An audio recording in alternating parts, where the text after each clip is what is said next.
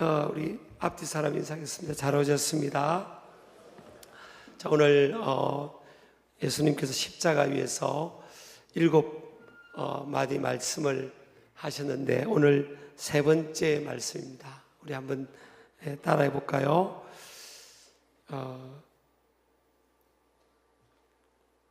같이 하겠습니다. 여자여 보소서 아들이니다. 보라 내 어머니라 말씀을 하셨어요. 여기서 우리 예수님께서 십자가 고통 중에 누구에게 이 말씀을 하셨는가 하면, 여기서 여자여는 우리나라 말의 번역은 꼭 아랫 사람에게 하는 것 같지만 헬라 원어는 이제 극존칭의 표현이에요. 어머니에게 말합니다. 육신의 어머니였던 마리아에게, 마리아가 막달라 마리아와 또 예수님의 육신의 이모, 또 글로바의 아내 마리아, 막달라 마리아, 이렇게 여인들과 함께 곁에서 그 아들을 바라보면서 비통해하는 그 심정으로 바라보는 십자가 위에 매달려 계신 예수님을 바라보면서 눈물 짓고 있는 그 마리아를 향해서 우리 예수님이 세 번째 말씀을 하고, 그 옆에서 예수님의 육신의 어머니 마리아를 부축하고 있는 예수님의 12제자 중에 한 사람이었던 요한에게 지금 당부하는 말씀이에요. 이 보소서 아들이니다. 이 말씀은 이제는 나를 하나님께 맡기시고 당신을 부축하고 있는 그 요한이 이제부터 아들로 생각하고 사셔야 됩니다, 이런 뜻이에요. 여러분, 부모에게 있어서 제일 큰 고통은 자녀죠, 자녀. 근데 그 중에 자녀가 먼저, 부모보다 먼저 떠나간다, 이 세상을. 그래서 부모에게는 가장 견딜 수 없는 고통일 것입니다. 그 고통 가운데 있는 그 마리아, 육신으로는 어머니인 그 마리아를 향해서 이제부터는 요한이 아들입니다. 어떻게 보면 우리가 예수님도 지금 하나님의 신성을 갖고 계시지만 또 완전한 사람의 몸을 입고 오셨잖아요. 그러니까 얼마나 고통스럽겠습니까? 너무너무 말로 할 수 없는 정신적, 육체적, 또 영적인 고통 속에 있는 거죠. 그럼에도 불구하고 예수님은 어머니를 위로하는 겁니다. 우리 구약에 보면 다윗이 사실은 부모로부터 선대를 받지를 못했죠. 형제들에 비해서 부모가 다윗을 잘 이해를 못했어요. 막내이기도 하고 또 다윗의 출중한 그 신앙의 영역을 이해를 못했어요. 그리고 항상 순종을 잘하니까 다윗은 이렇게 좀 홀대하였죠. 사무엘 선지자가 집에 신방 왔을 때도 막내한테 너는 양을 지키고 있으라 그랬죠. 사실은 하루 품꾼을 사서 그 양들을 좀 맡기고 그 막내까지도 배려를 할 수 있었잖아요. 근데 꽁몸을 막내가 지금 제일 그렇다는 게 아니고, 어떻게 자식 8명 있는데 한 명을 쏙 빼가지고 너 양 지키고 있어라. 사무엘 선지자는 7명의 형제들이 만난다. 이게 여러분 말이 안 되는 거예요. 여러분, 사무엘 선지자는 요즘으로 말하면 빌리 그램 목사님 같은 분이 지금 집에 신방 오는 거예요. 근데 아들 한 명 빼놨고 너 양 지키고 있으라.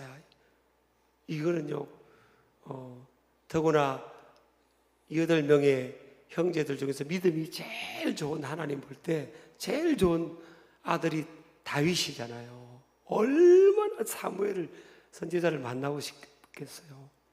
근데도 다윗은 네 그랬다고요. 근데 이제 그런 이 다윗이 지금 도망갈 때 사울 왕의 위협을 받고 지금 도망갈 수밖에 없는 상황이었을 때 7명의 형제들은 그런 배를 안 합니다. 오히려 다윗이 그 부모를 향한 그 거처를 준비를 해요. 부모가 살 수 있는 집을 준비해요. 여러분, 이렇게 되면요, 자식 있는 부모는 요 설교를 들어야 되는데, 우리 아들 딸이 그러겠죠.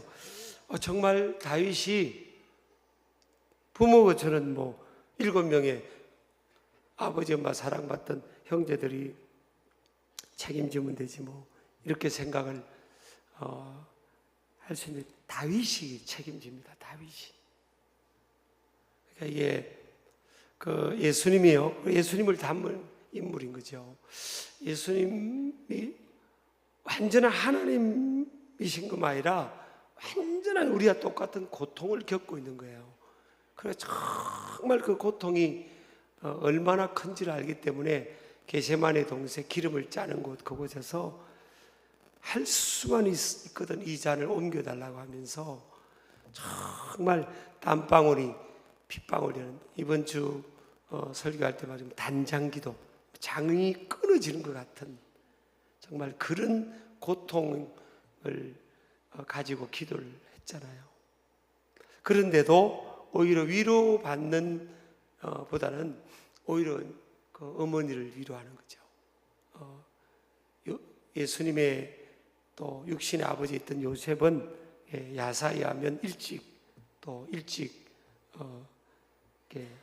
하늘나라 갔다고 이렇게 되어 있습니다. 우리가 예수님을 통해서 우리가 배우는 거죠. 도전을 받는 겁니다. 갈수록 나만 생각하는 시대고, 자녀 입장에서는 부모를 잘 생각하지 않는 시대잖아요. 일반적으로 볼 때 그렇지 않은 분들도 많이 계시지만, 부모가 해준 거에 비해서는 자녀는 그렇게 책임을 안 지려는 거예요. 또 내가 위로만 받고 싶지.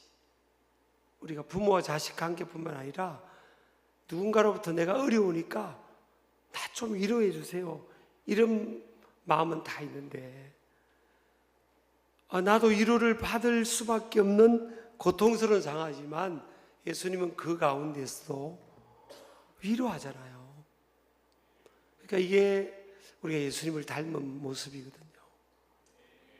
그래서 성 프란치스코 아시시의 그 프란시스라는 그 성자,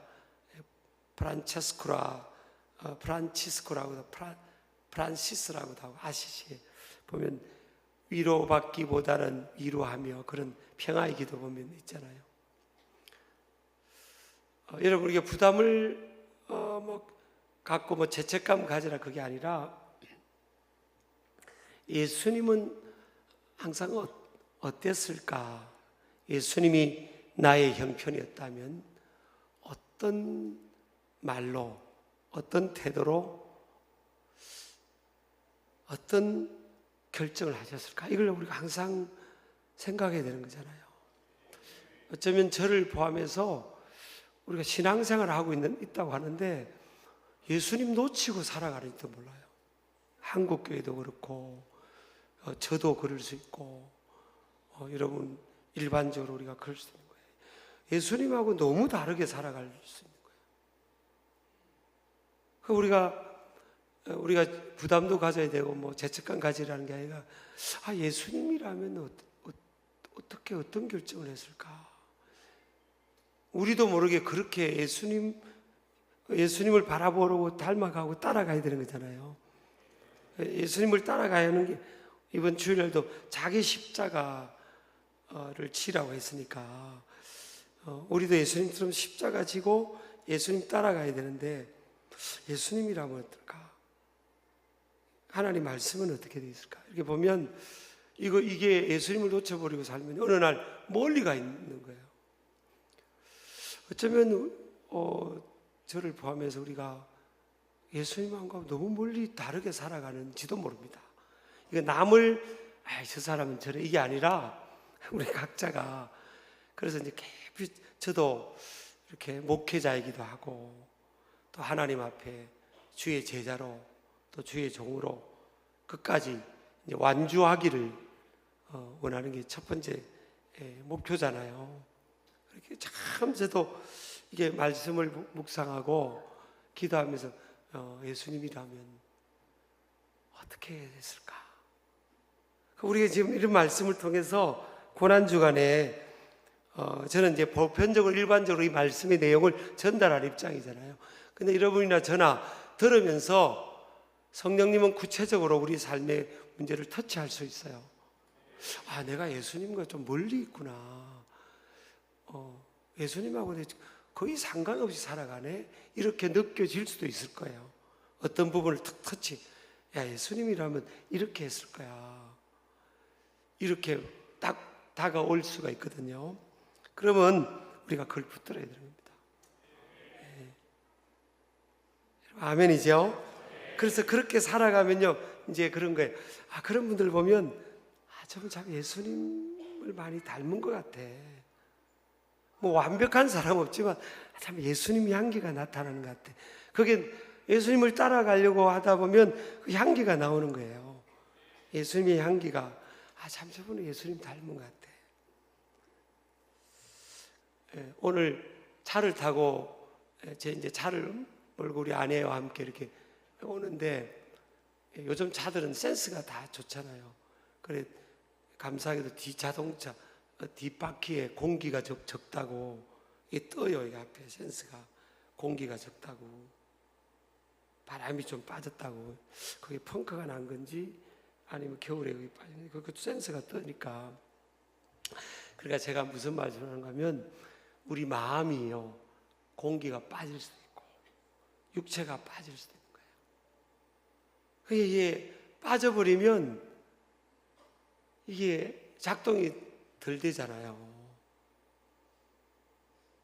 그래서 빠져버리면 원하는 길을 못 가는 거예요. 자동처럼. 그래서 우리가 예수님이 가신 길이 저 길인데 이 우리 힘으로 안 되는 거예요. 위로받고 싶지. 위로하는 게 그게 에너지가 나와야 되잖아요. 그건 이제 하나님이 주셔야 되는 거예요.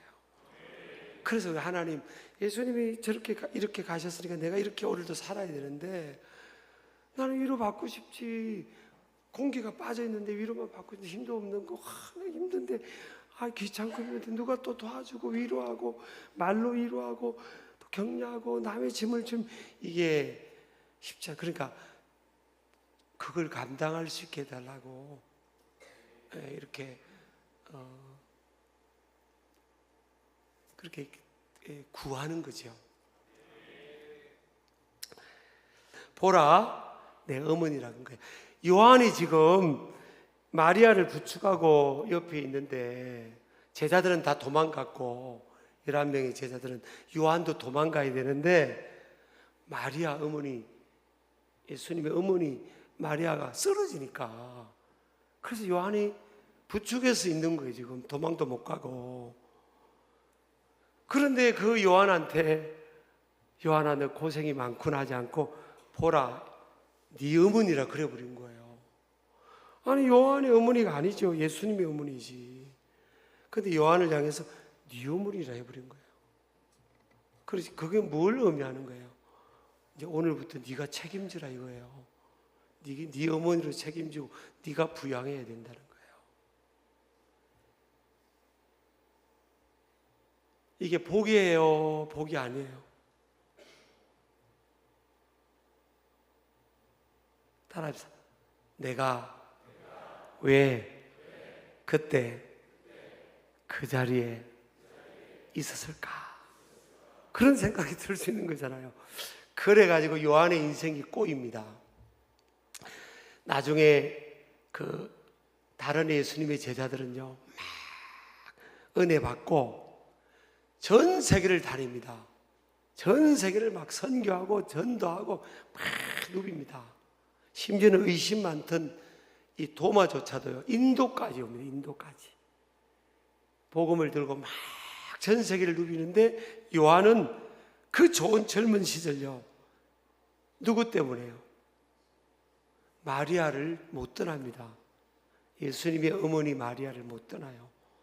부양을 해야 되니까. 예수님이 네 어머니라고 해버렸으니까 못 떠나요.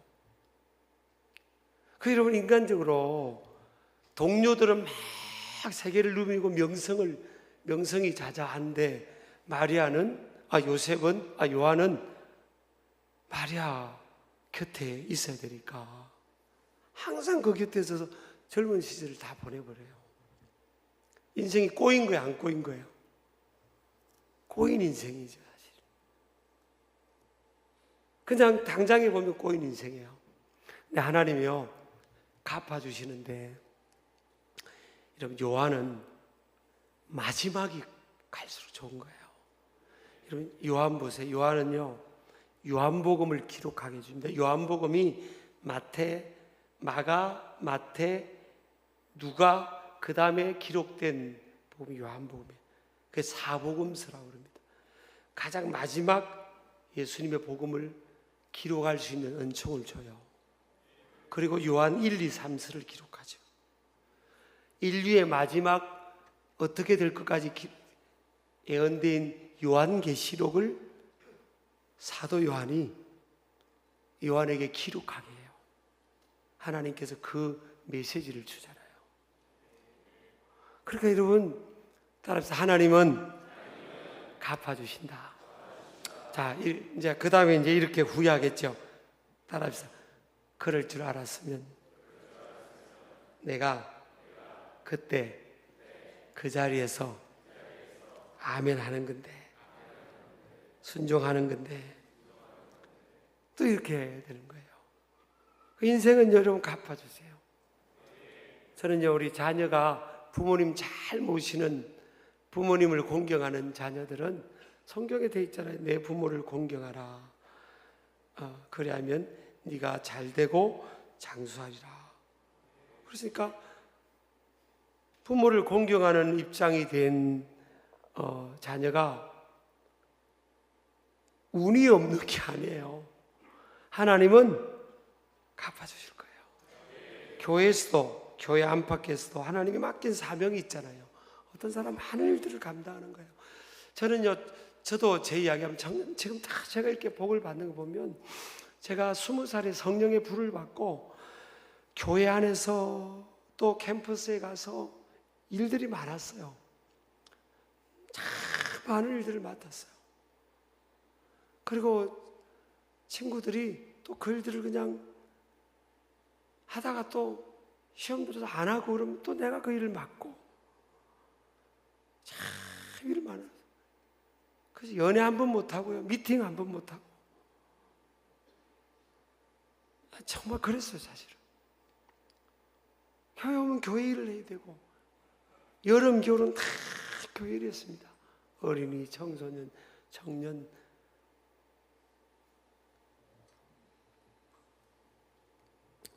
근데 하나님이 갚아주시잖아요.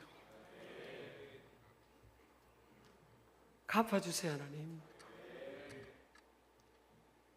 그래서 이 하나님이 주시는 이 미션을 내가 듣고 그 자리에 있는 게 복인 거예요. 여러분, 그거 아셔야 됩니다. 자꾸 십자가를 벗어버리려고 하고 십자가 없이 살려고 하는데 그건 아니에요. 십자가를 깨닫고 믿음으로 받아들이고. 우리 아멘 하시기 바랍니다. 예. 자, 다 일어나시겠습니다. 하나님 아버지 감사합니다. 보소서 아들이니다. 보라 내 어머니라. 세 번째 십자가의 자신이 말씀이 우리 각자의 삶 속에 각인되고 적용되게 하여 주시옵소서. 우리 십자가를 깨닫고 또 갚아주시는 하나님을 바라보며 주님 가신 그 길을 가게 해 주옵소서. 위로받기보다는 위로하면서 십자가를 벗어버리는 삶이 아니라 그 십자가를 교회 안에서, 가정에서, 사회 안에서 짊어지고 주님 따라가게 하여 주옵소서. 예수님 이름으로 감사하며 기도드립니다. 아멘. 여러분 주기도문 하겠습니다. 하늘에 계신 우리 아버지, 거룩하게 하시며 아버지의 나라가 오게 하시며 아버지의 뜻이 하늘에서와 같이 땅에서도 이루어지게 하소서. 오늘 우리에게 일용할 양식을 주시고 우리가 우리에게 잘못한 사람을 용서하여 준 것 같이 우리 죄를 용서하여 주시고 우리를 시험에 빠지지 않게 하시고 악에서 구하소서. 나라와 권능과 영광 영원히 아버지의 것입니다.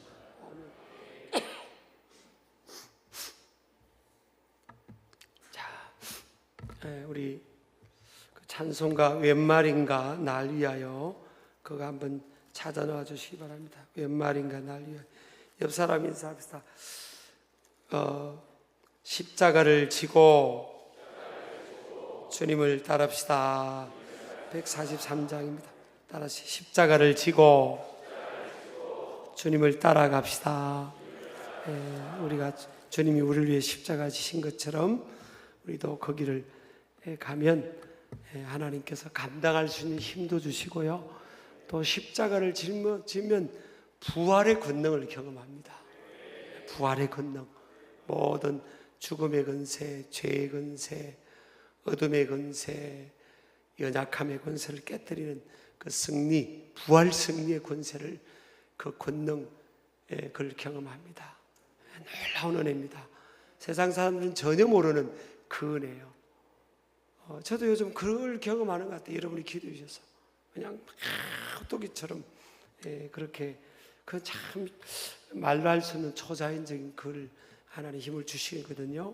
그러니까 우리가 승리하기를 축복합니다. 웬 말인가 날 위하여 주도록 하셨냐 찬양하고요. 동서로 기도합니다.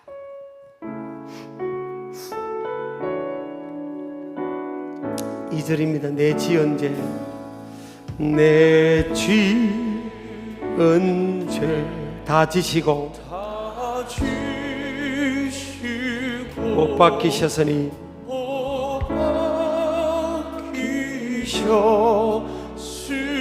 웬일인가 웬 은혜인가 그 사랑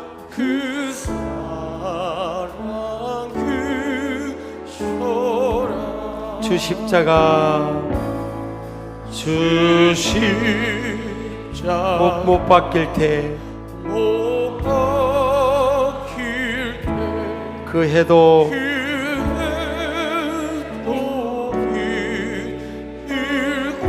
그 밝은 빛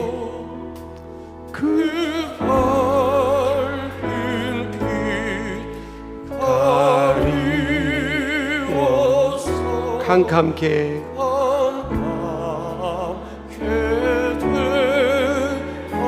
나 십자가 대할 때 나 십자가 대할 때 그 일이 고마워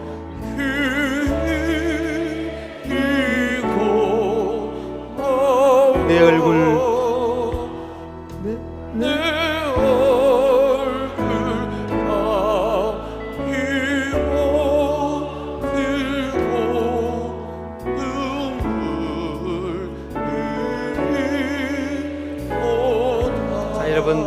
우리 예수님께서 마리아가 짊어질 그 십자가를 말씀하셨죠. 당신의 아들이 지금 십자가에 매달려 있는 이 상황을 받아들이라는 거예요. 이 상황을 받아들이라는 거예요. 마리아에게는 그게 십자가고, 요한은 뭐예요? 이제 네가 어머니를 어머니를 부양해야 된다, 책임져야 된다. 그게 요한에게는 십자가였죠. 주님은 말씀해 주실 거예요. 교회 안에서 네 십자가는 이거다. 가정에 네 십자가는 이거다. 사회생활하면서 네가 짊어질 십자가는 지금 이거다. 구체적으로 말씀하실 겁니다. 하나님 그거를 잘 감당할 수 있게 해달라고, 그걸 감당할 수 있는 힘과 능력을 달라고. 여러분, 십자가를 져야 부활의 능력을 경험합니다. 성리의 능력을 경험합니다. 어떤 때 그 십자가가 사람일 수 있어요. 내게 힘들게 하는 이 사람을 내가 이 환경을 받아들인 겁니다. 그래서 우리가 그 힘 달라고 기도하는 거예요. 우리 두 손 들고 우리 주여 3번 부르시고 기도하고요. 기도할 때 자유롭게 앉으셔도 됩니다. 주여 3찬 기도합니다. 주여 주여 주여. 우리 목사님들